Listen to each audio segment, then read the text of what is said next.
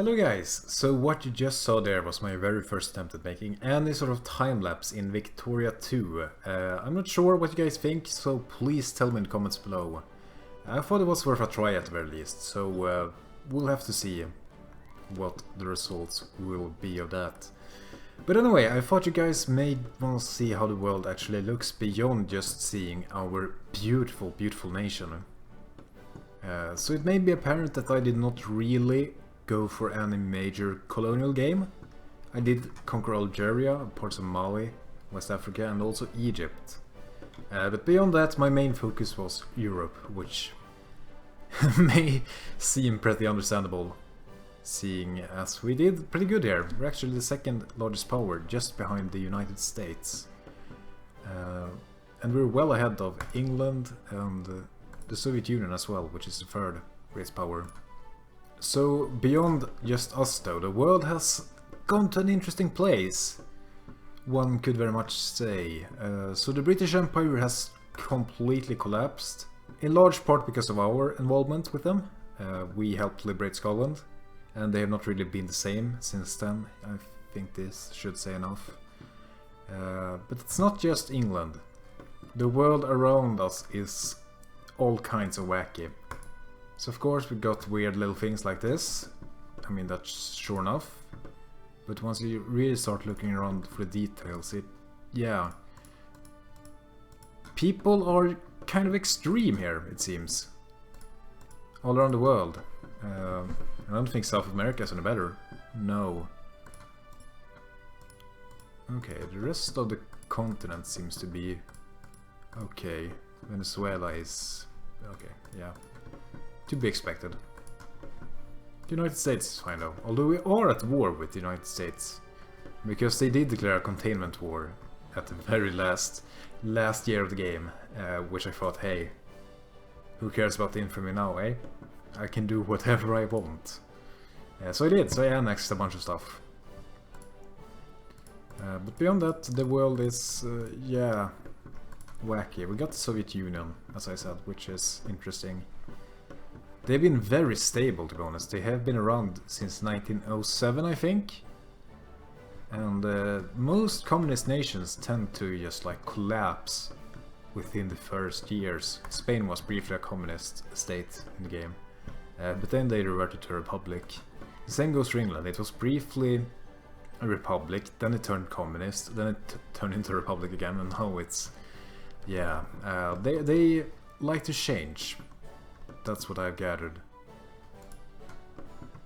Same goes for Turkey. It was also a republic before it went socialist, but okay. Yeah, they're apparently currently fighting a war trying to dismantle whatever remains of the English Empire or British Empire. Not really much though. They have lost pretty much all of India, with the exception of Burma and this little piece here. And their colonial holdings are not really much to speak of. They control Nigeria and Madagascar, but I think they've lost pretty much all other colonies with the exception of Rupert's Land here in Canada.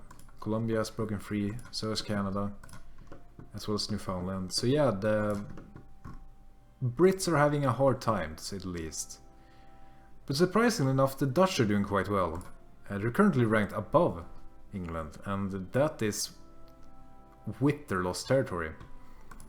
So what I've gathered is that they have gone for a colonial route instead.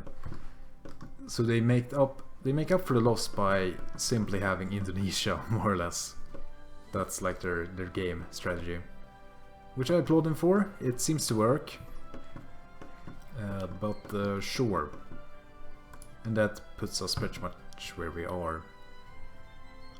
So let's actually jump into the game and take a look at some stats close up.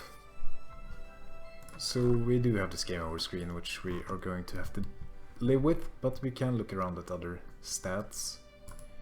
So first and foremost, population. We have a total population of 166 millions, which is rather decent, I think. And in terms of male population, I think we are actually the second largest, it seems, just behind the Soviet Union. Yeah, but in terms of score, we are very high up. It mostly has to do with prestige though. If we were to lose our prestige, I think we would fall behind the Soviet Union. But if they lost all their prestige as well, then I think we would still be ahead. Our industry is just so much bigger than theirs. It's like double the size. And that's the problem with the United States. They are extremely industrialized. Like extremely industrialized. I tried to keep up at one point, but it was just not tenable. So I kind of settled with second place. And oh yeah, Shogunate Japan is a thing. I'm not sure how or why, but it is. And it's industrialized.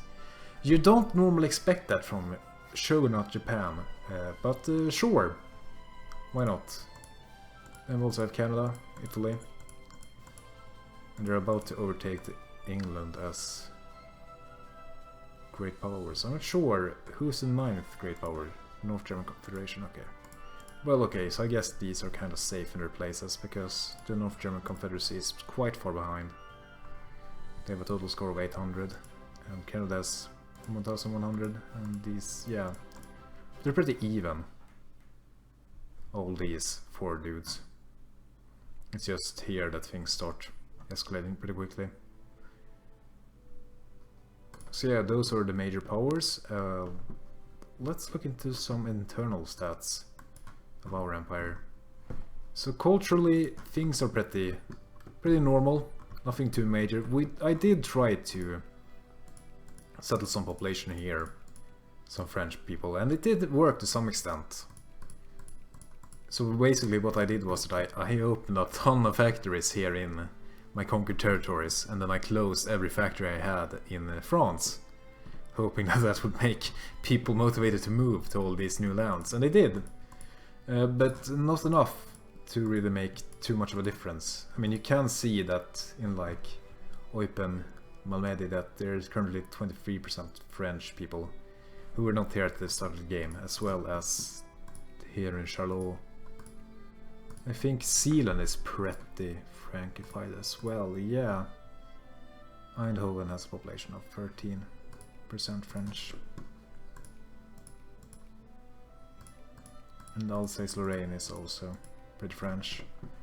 Catalonia is also pretty French. So we did that pretty good. I don't think there's any sizable French population in Egypt. Doesn't seem to be so. And okay, so apparently the United States have landed in Sinai. Could absolutely beat them though, no worries. But we can't, because the game is over, so... We're just gonna have to see them sit there, I guess. That's our fate. Our fate. But yeah, so there are a lot of other people, a lot of minorities in our empire. And French is a plurality majority, absolutely. But it's not a majority, being that it's not over 50%. It's a plurality. Plurality. Can't speak. And then coming in at second place we have Egyptian or Misri. And then North German, Maghrebi, Flemish, Fulben, Mande, Berber, Wallonian, South German. Balkongo, Sudanese, Bambara, Catalan. Basically a bunch of people from the colonies and from the conquered territories. And electorate-wise, we have pretty much had